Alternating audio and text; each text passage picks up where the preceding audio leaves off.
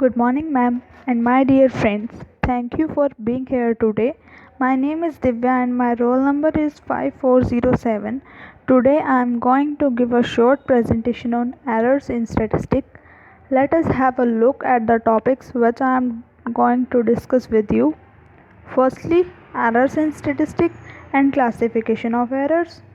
Then we will talk about sampling errors and non-sampling errors with their respective reasons. After that, links and references related to the topic are provided. My today's topic is errors in statistics. In statistics, the word error is used to denote the difference between true value and the estimated value, which is also called approximate value.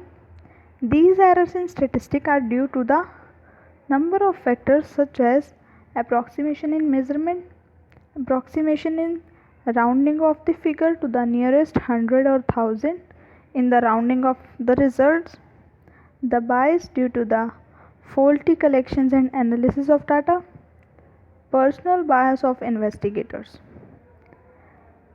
Errors are broadly classified as sampling errors and non-sampling errors. So firstly, we will talk about sampling errors. Sampling errors. These errors is attributed to the fluctuation of samplings and is called as sampling errors. Sampling errors is due to the fact that only a subset of the population, that is, sample has been used to estimate the population parameters and draw inferences as about the population. Thus, sampling error is present only in sample survey and is completely absent in the census method. Now, sampling errors are due to the following reasons. Faulty selection of the samples. Some of the bias is introduced by the use of the defective sampling techniques for the selection of the samples. Second, substitution.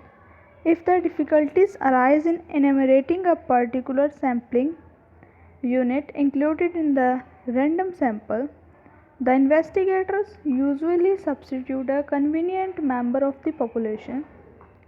Third, faulty demarcation of sampling units. Bias due to the defective demarcation of sampling units is particularly significant in areas surveys such as agriculture, experiments in the field, or crop cutting surveys, etc.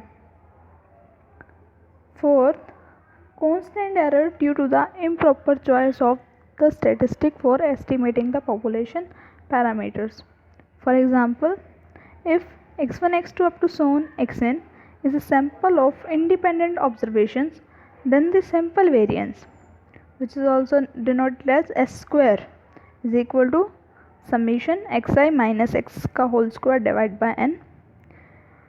As an estimate of population variance, sigma square is a bias, whereas statistic 1 by n minus 1 summation xi minus x ka whole square is an unbiased estimate of sigma square. Variability of population. Sampling errors also depend upon variability or heterogeneity of the population to be sampled. Here is the graph shows increase in sample survey usually result in decrease in sampling errors. In fact, in many situations, this decrease in sampling errors is inversely proportional to the square root of the sample size. Now, the second type of error is a non-sampling errors. Then what are non-sampling errors? Non-sampling errors are due to a certain cause which can be traced or may arise at any stage of inquiry via planning, execution of the survey and collection, processing, analysis of data. Non-sampling errors are thus present in both census survey as well as sample survey. Non-sampling errors will be of large magnitude in the census survey. because they increase with increase in number of units to be examined or enumerated. Now, some of the important factors responsible for the known sampling errors in any survey. Faulty planning, including faulty definition of the population or the statistical unit to be used in complete list of population members. Second, imperfect questionnaire which might be incomplete or question information. Third, defective methods of interviewing and asking questions. Fourth, lack of trained and qualified investigator staff. Here is important one is improper coverage. If the objects of the survey are not precisely stated in a clear-cut term, this may result in inclusion in the survey of certain units which are to be excluded, and the exclusion of the certain units which are to be included in the survey under the objectives.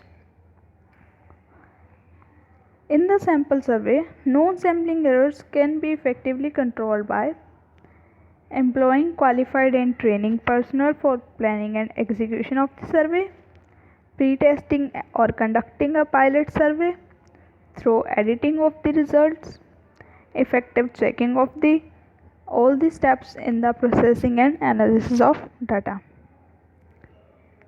Here are some links related to the topic.